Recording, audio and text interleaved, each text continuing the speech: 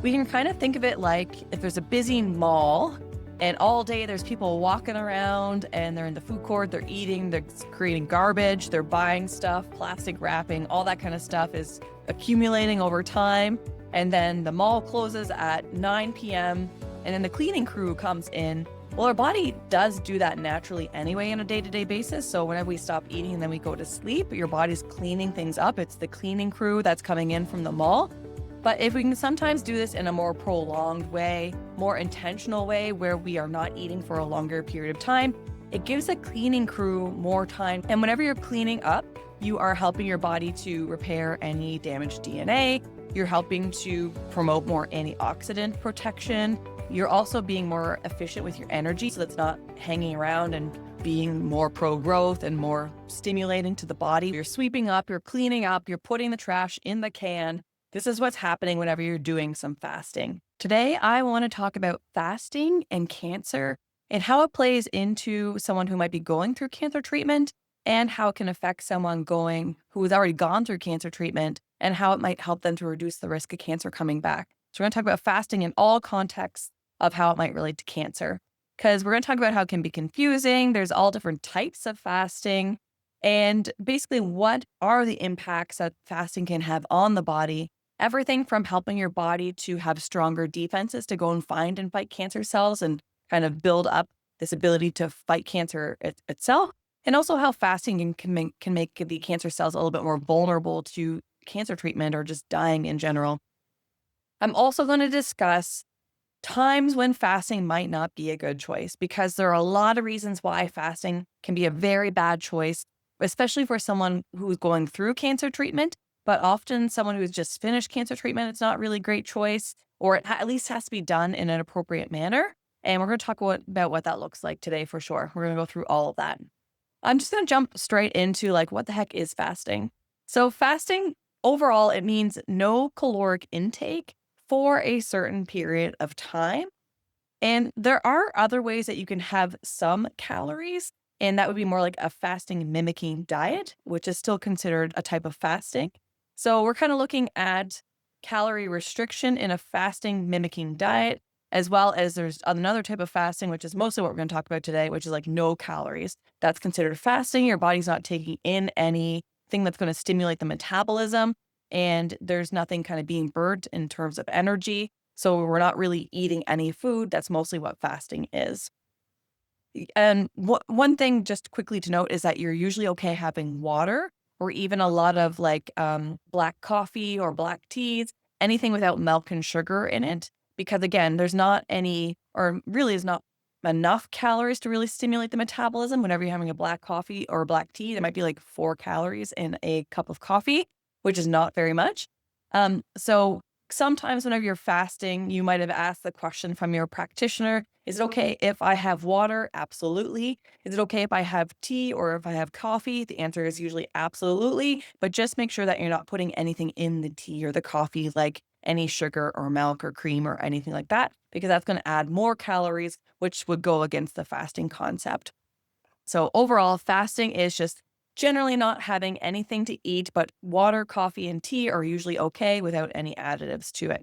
And it's usually a certain period of time that is defined by your care plan based on what your body needs, your goals, and whatever your practitioner has set out for you. So the reason that we want to do some fasting is whenever you aren't fasting, whenever you are eating regularly, your body is in growth mode. It is wanting to take what you're giving it in terms of food and turn it into fuel and energy and repair and processes that are going on constantly within your body in order to keep you functioning. We need that. Whenever you take in food, you're going to release hormones like insulin and insulin like growth factor 1 or IGF-1. And whenever you release those things due to the food signals that are being sent, it's kind of telling your body that we have fuel, it's time to grow, it's time to work. Basically, we need to get to work. We need to use what you're giving me. And this is very normal, very healthy. It's how we can grow normal, healthy cells, how we repair cells that might have been damaged just naturally through our day-to-day processes. Because even eating can cause some damage to some cells in our body. It's completely normal. And we just have to make sure that we're repairing those and limiting the amount of damage that happens to our body naturally. But usually it's damage that gets out of control that can lead to cancer starting and growing, and we don't want that. And we also don't want the growth of these damaged precancerous or cancerous cells to be overstimulated and constantly get these growth signals. And this is where fasting can kind of come in sometimes and basically slow down those growth signals, give your body some time to rest and some time to heal. So, whenever you fast for a short period of time, the growth signals will slow down. You're no longer sending those signals from eating food. Your blood sugar might even drop into some more regular levels or sometimes even a little bit low. Insulin drops, your growth factors drop again, and your body's going to shift into this repair mode. We can kind of think of it like if there's a busy mall, like a shopping mall, and all day there's people walking around and they're in the food court, they're eating, they're creating garbage, they're buying stuff, plastic wrapping, all that kind of stuff is accumulating over time. And then the mall closes at 9 p.m. and then the cleaning crew comes in and starts to clean everything up. Well, our body does do that naturally anyway on a day-to-day basis. So whenever we stop eating and then we go to sleep, your body's cleaning things up. It's the cleaning crew that's coming in from the mall. But if we can sometimes do this in a more prolonged way, more intentional way, where we are not eating for a longer period of time, it gives the cleaning crew more time to come in and clean up. And whenever you're cleaning up, you are helping your body to repair any damaged DNA. You're helping to promote more antioxidant protection. Antioxidants being things that go around and prevent your cells from becoming damaged or helping to heal damage. You're also being more efficient with your energy. You're starting to burn off. Maybe you had some excessive amounts of energy that you consumed in terms of food. You can go and finish burning that off so that's not hanging around and unnecessarily just being more pro-growth and more stimulating to the body. We actually get to use it. And basically, you're just doing damage control. You're sweeping up, you're cleaning up, you're putting the trash in the can. This is what's happening whenever you're doing some fasting. And again, your body naturally does that when you're sleeping, but just to do it in a more intentional way, a longer way, sometimes is what your body might want in order to better heal itself. The cool thing is that despite maybe not getting a lot of extra nutrients, because if you're not eating, you're not consuming a lot of nutrients, a lot of just different pathways being turned on or off, your healthy cells can adapt pretty easily to that. Whereas your cancer cells, they're more susceptible, not your cancer cells, the cancer cells. I hate that terminology, so I want to be very specific. The cancer cells. The cancer cells can be a little bit more vulnerable to that lack of nutrient, to the lack of growth factors going on, the growth signals. So they are more susceptible to being damaged, to die, to just they're just giving up a lot easier than the healthy cells where they're like, oh, we got this. We're so resilient. We can take care of this. We don't need the nutrients right now. We've actually got other things we need to be doing in order to help ourselves. The cancer cells are like really whiny, really wanting all that fuel, and they just feel like they can't survive, and they don't. They end up dying whenever they don't get a lot of the growth signals and the nutrients that they would typically have if someone were doing some fasting. So basically, they just have a harder time adapting, whereas the healthy cells have a pretty easy time adapting. Not to mention that whenever your cleanup crew is going around, they're cleaning up a lot of the underlying inflammation and just pro-growth pathways. So you're even strengthening your own body's defenses against cancer. You might even be giving your immune system a little bit of a boost. And whenever your immune system is boosted, it can go and find and fight some cancer cells before they become a huge problem. So there are many different ways. I'm not going to get into the very specific sciencey little pathways. That's not what this podcast is about. I really want you to learn more about the overarching concepts and how it can make sense to you. And then you can take that information and learn, is this what I want to do right now? And how am I going to do it? So again, we can get into like the mTOR pathways and like all the different pathways, but that's like too fancy. We really just want to know what are those pathways responsible for. And it's everything from growth signals to cleaning up inflammation, to boosting the immune system, to repairing cells and all that kind of jazz. That's what's happening whenever you do some fasting here. So, sorry, I'm just getting over a little bit of a cold, so my voice might sound a little bit strange, but hopefully the mic will make it sound a little bit better. So the next thing I want to talk about is going through the different types of fasting. So I just went through why fasting can be beneficial, the impacts it can have on healthy cells and cancer cells. So it makes healthy cells stronger, cancer cells weaker. Now let's talk about different types of fasting. And I was surprised actually to dig into this further. I had never really thought about this too hard. There aren't really any medical definitions or any consistent terms used across any sort of studies or anything like that for the different types of fasting. There is and there isn't. Usually, whenever there's a paper on fasting, it says like fasting mimicking diet included this many calories and this much food, because someone in one study might have a fasting mimicking diet where they might have like 600 calories a day that the person would consume. Whereas another study might do a fasting mimicking diet. They might have 300 calories a day that the person would be consuming. Um, or like different, could be more, could be less.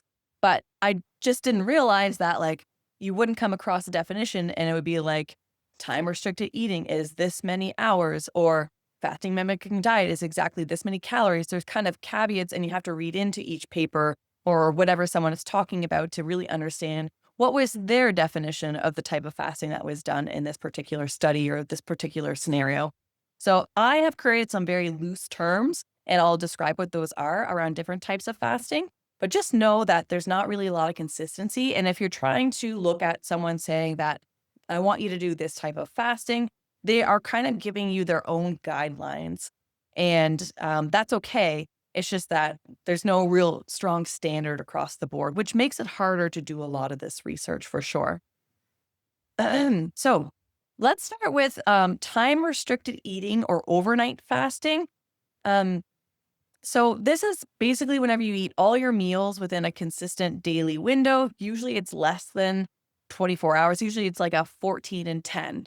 For example, let's say that you're doing a 14 and 10, which means that you're doing 14 hours of fasting. So you're not eating. And then you can eat within 10 hours. And then the 14 plus 10 equals 24 hours. So you can do this every single day. Monday, sorry, this is my cold. So let's do Sunday to Sunday, Sunday to Saturday, whatever you want to say. You're going to do a 14 and 10 every single day. So every single day, you're going to stop eating at 7 o'clock at night, and you're going to eat again at 9 a.m. the next morning. I hope I did that math right. I don't do math in public. It really makes me nervous, but I hope that makes sense. Overall, you're not eating for 14 hours overnight. And then you've got the 10-hour window in order to eat throughout your day. And this is zero change in the amount of calories that you're consuming. So whatever you would typically consume in a day, basically, whether you're fasting or not, you would still consume within that 10-hour window of eating. So this is very much restricted to the amount of time, has nothing to do with changing the amount of calories. So just again, that was the time restricted eating or overnight fasting, kind of like the same thing. So you stop eating at a certain time at night and then you don't eat again until a certain time the next day. And then you eat within a certain time frame. You eat all of your calories, all of your food within a certain time frame. Overnight fasting, time restricted eating. I have to say, this is probably the one we recommend the most to a lot of our flourishers that we're working with. Mostly because I feel like it's been one of the most studied ones.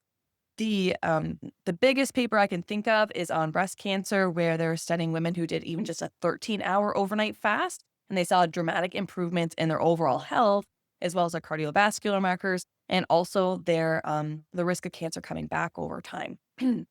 So a big reason this potentially had an impact on this population is whenever you stop eating at a certain time overnight, it really does help to regulate your blood sugar markers and growth factors and things like that.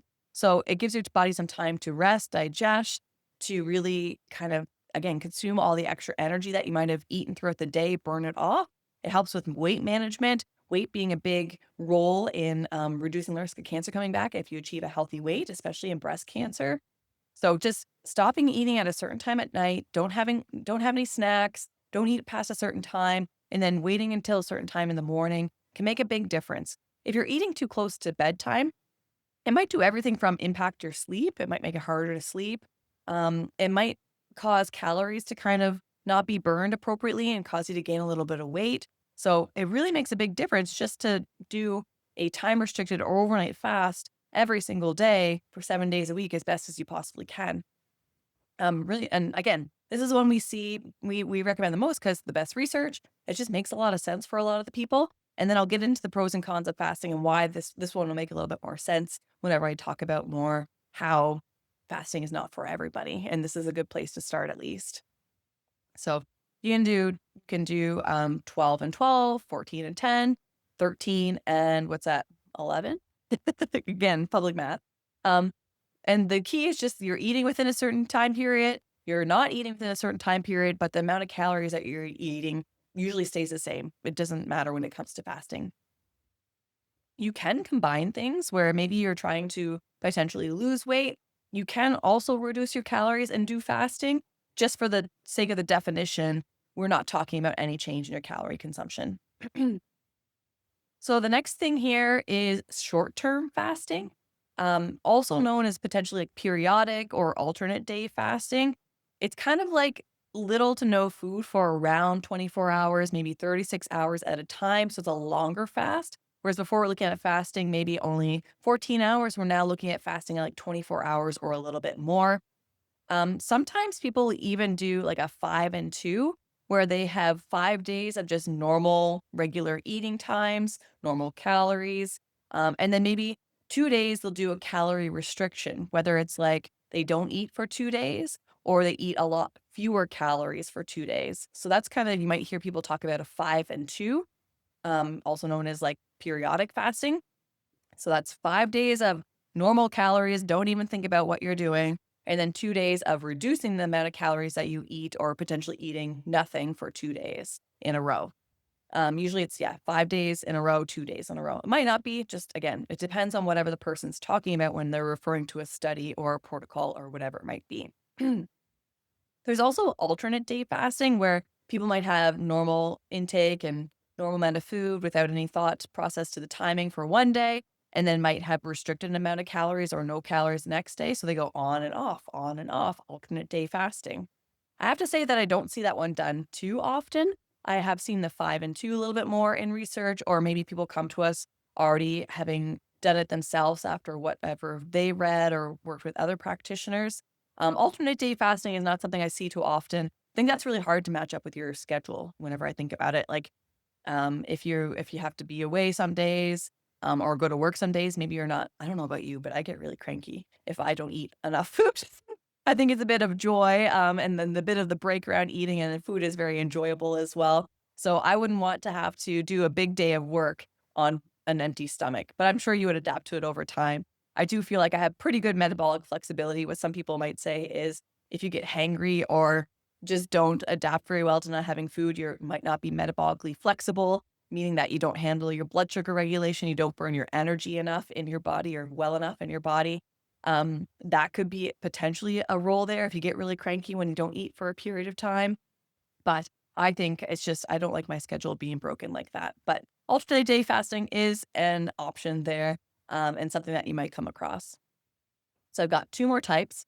I have prolonged fasting, which is like well over 24 hours typically is what we're looking at when people talk about prolonged fasting. So we're just looking at short-term fasting, which would be like the alternate day or periodic fasting. So it's around 24 hours. Now we got prolonged, which is like maybe like 36 and above hours, I guess, is typically what I would see referred to this. I think prolonged fasting and the next one, which is the fasting mimicking diet, are the two that I see more often researched around chemotherapy.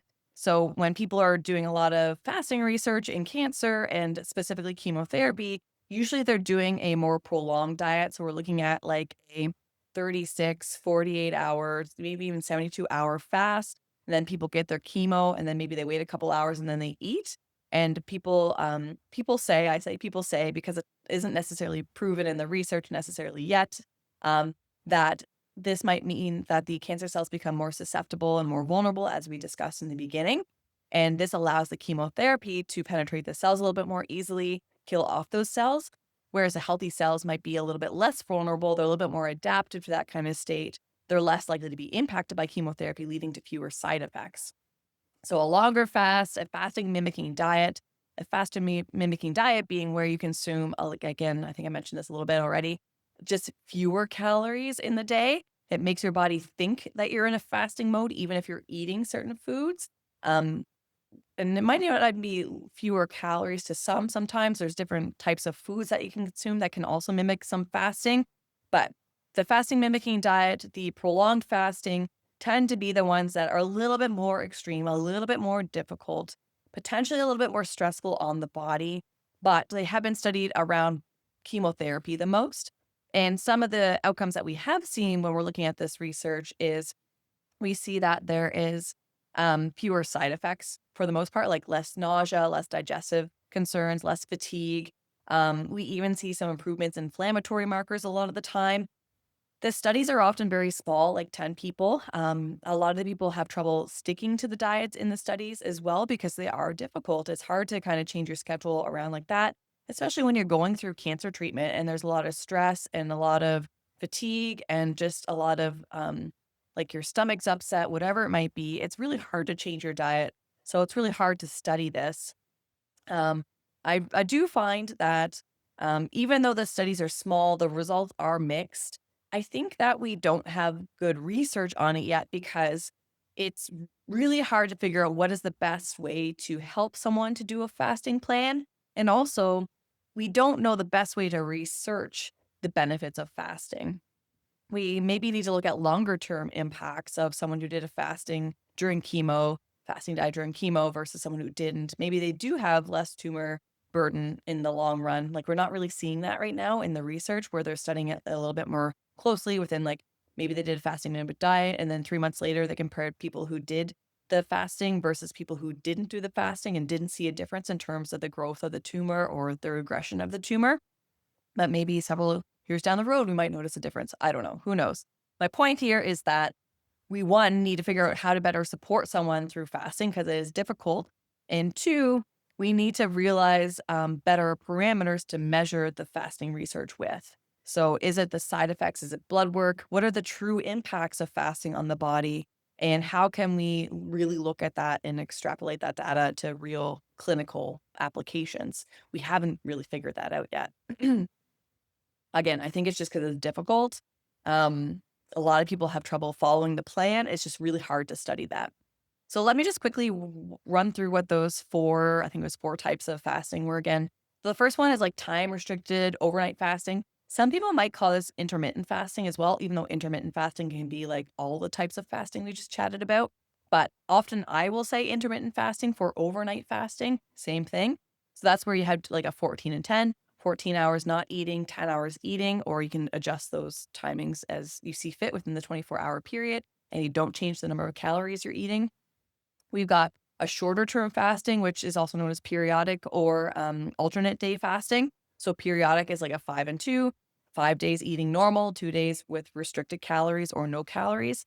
Or you got alternate day where you do normal eating one day, maybe no eating the next, or different lower amount of calories the next, off and on, off and on. We got prolonged fasting and fasting mimicking diet. So prolonged fasting is like usually over 24 hours. We're looking at 36, 48, 72 hours. So 1, 2, or 3 days sometimes of not eating. Or we got fasting mimicking diets where 1, 2, or 3 days of not eating a lot. You're still eating a little bit of something that's making your body still feel like it's fasting, even though you're technically consuming some foods there. And again, the fasting mimicking diets and the prolonged diet fasting, which is like the 1, 2, or 3 days of not eating, tend to be a little bit more studied in terms of around chemotherapy applications. So those are the different types of fasting. There are many reasons why we would not recommend fasting and why we typically don't recommend the extremes, although we have suggested it for some of our clients for sure because it does have some benefits. But whenever you're working with someone who has gone through cancer, even if it's years down the road, I would say even just the general public right now is overfed but undernourished. People just aren't eating the right amounts and types of food, and their bodies don't have the nutrients necessary in order to function. So maybe if instead we think less about restricting what they're eating and how much they're eating. We think more about what are they eating and getting better quality of foods in. I think that would give us 10 times the results of what fasting would do. But I know a lot of you aren't in that boat. I think a lot of our clients, or I know a lot of our clients also come to us and they are already eating very healthy. Maybe they're struggling because of cancer treatment where you can't really eat a lot. You have upset stomach, maybe some health issues, whatever it might be, or maybe you don't even know what healthy eating is, and fair enough, or you don't even know if you have the right nutrients. So if someone comes to us and they are already losing muscle, maybe they're already nutrient depleted, if there's a lot of hormonal disruption, if there's a lot of fatigue, a lot of brain fog, it's just fasting is really going to make things worse because fasting is a stress on the body. And you already have a lot of these stresses if you're fatigued, if you are low in muscle, if you are not eating enough in general, if you're not getting enough nutrients. Fasting is going to be so bad for you. We do not want to do that for sure. It's going to make everything way worse. It's going to slow your recovery down way worse. Um, so a longer fast is really not where it's at. I would say that you could potentially consider a shorter term fast where we're looking at like the 14 and 10. Um, but we got to be very careful that we're not overstressing the body because that will further make your healthy situation, your healthy cells vulnerable and could even deplete your immune system and all that kind of stuff. We don't want that when it comes to cancer. So here's how you're going to start to think of, is fasting right for you? And what kind of fasting should you do? So again, we don't start with fasting. We want to do a full look at what's going on, what is best suited for your body. And our first step is always looking simply at blood work. So we're going to look at a lot of your nutrient markers, your blood sugar markers, your inflammatory markers. All of these things are going to tell us, where's your body right now? Is it in a state of high stress? Is it healing? Where do we need the most support? Do we need more nutrients? Something as simple as that. So nutrients we'd be looking at, it's not the like blood work is not the best way to assess for your nutrient status, but it's a good starting point. So we would look at your B12, your folate, your vitamin D, sometimes your zinc, your magnesium. All of those can be tested on your blood work. Mostly, I think our focus would be on the metabolic markers of your blood sugar and your cholesterol, as well as your inflammatory markers, is what we're going to be looking at for this first initial assessment of should you be fasting or not. So if any of that comes back wonky, we potentially would really push fasting down, way down, especially the prolonged fasting.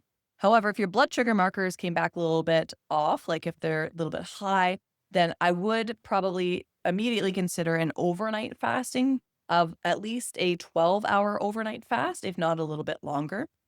The next thing we're going to do is usually we do nutrition journal reviews with everyone, even if it's like 3 days of just write down what you're eating so we can see what is your appetite like, what is your macronutrient breakdown so we can gather what are you eating in terms of protein, carbohydrates, and fats, and even your fibers and things like that. Even your water intake. We want to get a feel for, are you getting enough nutrition in your diet? What are the types of foods that you are typically choosing? Because sometimes we want to start there before we do any more extensive fasting. We want to nourish the body, give it what it needs in order to thrive before we go and start taking it away and causing it to suffer and be stressed out even more. Because when your body is stressed, that's going to lead to more pro-cancer processes through inflammation and just dysregulation of all the things in your body. So we got to be careful there. We also want to assess, are you moving? Are you getting any sort of exercise in? Anything as simple as walking all the way up to strength training, any sort of movement will count here. So as long as you're doing a little bit of walk every day, fasting wouldn't necessarily be off the board for you. What else do we look at? So we want to look at your blood work. We look at your nutrition. We'll look at your movement, your fatigue levels. And is it related to a nutrient depletion or is it related to a lack of calories? Because calories are your fuel. It's what gives you energy. The type of calories does matter because what you burn is going to give you, what your body is able to burn is going to give you energy or not. So we will look at those macros again. But if you're really tired, is it sleep? Is it hormonal? Is it caloric intake? Is it just plain old inflammation? Is it healing processes that are happening in your body? All that's going to be a higher priority before we look at fasting for sure. But that's kind of the quick kind of review there. But first, what you're going to do is you're going to get your blood work done. You're going to take a look at your daily food intake, look at your macros, your protein, carbs, and fats. Are you aiming for adequate goals for what your body needs in order to have energy?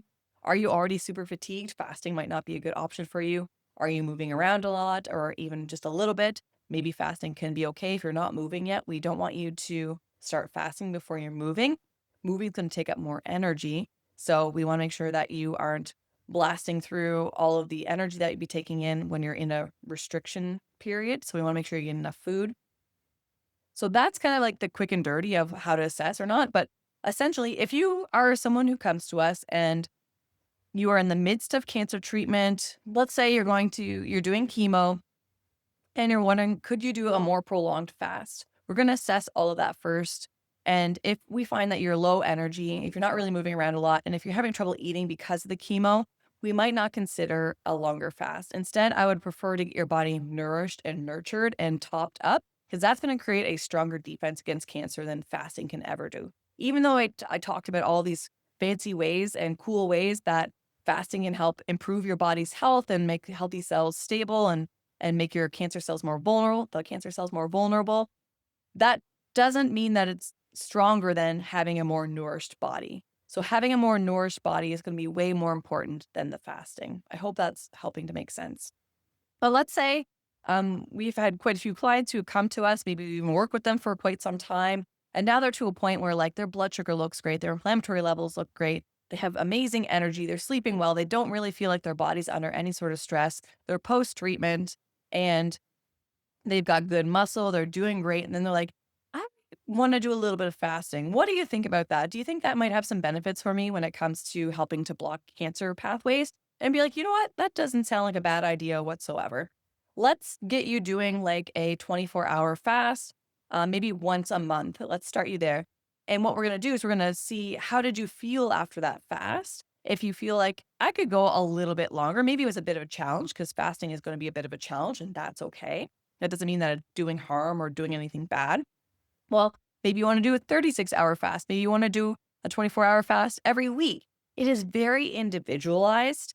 And even if we're looking at protocols, like let's say a research paper came out tomorrow and it said people who fast 24 hours for 24 hours every week have a 30% decreased risk of cancer coming back, I still would not take that and apply it to everyone, saying like, well, this paper said that you need to fast 24 hours every week, and that's going to reduce your risk of cancer coming back by 30%. Because we need to look at the person in front of us and then say, how is this going to impact your metabolic markers in your body? How is this going to impact your ability to do other things to help keep cancer from coming back? A protocol is only a protocol on paper. It has to be changed in order to suit the person who you are, essentially. So I don't know how much more clear I can make it to get you your actual steps moving forward. I hope you're able to gather a little bit of information in terms of like what to look out for. So just with those two examples of someone going through chemo who's really depleted, fasting is not great. Maybe someone who has kind of done all their work and is feeling great. Let's try a 24-hour flat fast. Let's see how they feel. Maybe extend that a little bit. It's really an art. And I hope that you can learn by doing your blood work, looking at your food, maybe working with a nutritionist, or you can always come work with us. We wouldn't mind that. We would love that. We can help you to understand more about what are your particular needs, what are your macros, things like that. Is fasting a good choice? It really is an individualized matter there. So I hope that makes sense. Overall, the question is not, should everyone fast to kill cancer cells? It's more of like, does this fasting have the capacity to help me right now? Does my body have the capacity for this to help me right now? And is it the best thing to change the environment in my body in order to help cancer to not start, not grow, in order to encourage my own anti-cancer defenses to start? So just a quick little mindset switch is fasting isn't necessarily done to just kill cancer cells. It's more about the environment within your body, changing it to be more boosted against cancer. Okay. So one, is your body ready for it? Are you ready for it? Is the best option for you? And two, I just want you to think of it not as in a therapy that kills cancer. It's more about helping your body to be healthy and do the best that it can. All right. So fasting's not magic. There's a bunch of different types. It makes sense that you'd be totally confused about it if you are confused. We usually get people to start at around a 14 and 10 if you are just looking for a general blanket statement. Overall, that can be safe for most people if you just want to start there. But we have had some people who come to us and are like, yeah, I would love to see you do a 24, 36-hour fast, something like that. All right, folks. So that's what I've got for you on fasting. I hope that made somewhat sense. It is a very complicated subject to kind of break down. And I really hope mostly that you have some steps to move forward from here with what you can do in order to decide if it's best for you. If you are looking for a few more steps to help you to reduce your risk of cancer coming back, to heal a little bit faster, I do have a 45-minute training that you can watch. It's called The First 4 Steps to Staying Cancer Free. You can go sign up completely for free over at flourishaftercancer.com/presentation. And I will put that link into the show notes as well in case you're looking for it. And this kind of outlines a little bit more. This presentation will outline a little bit more of things that are a little bit more important than fasting, as well as get you started on those initial questions of, is fasting the best thing for you? I walk you through things like your blood work and testing and learning what to know about your own body. And that could potentially help you determine if fasting is the right thing for you. So thank you very much for joining me today. And here's to you flourishing after cancer.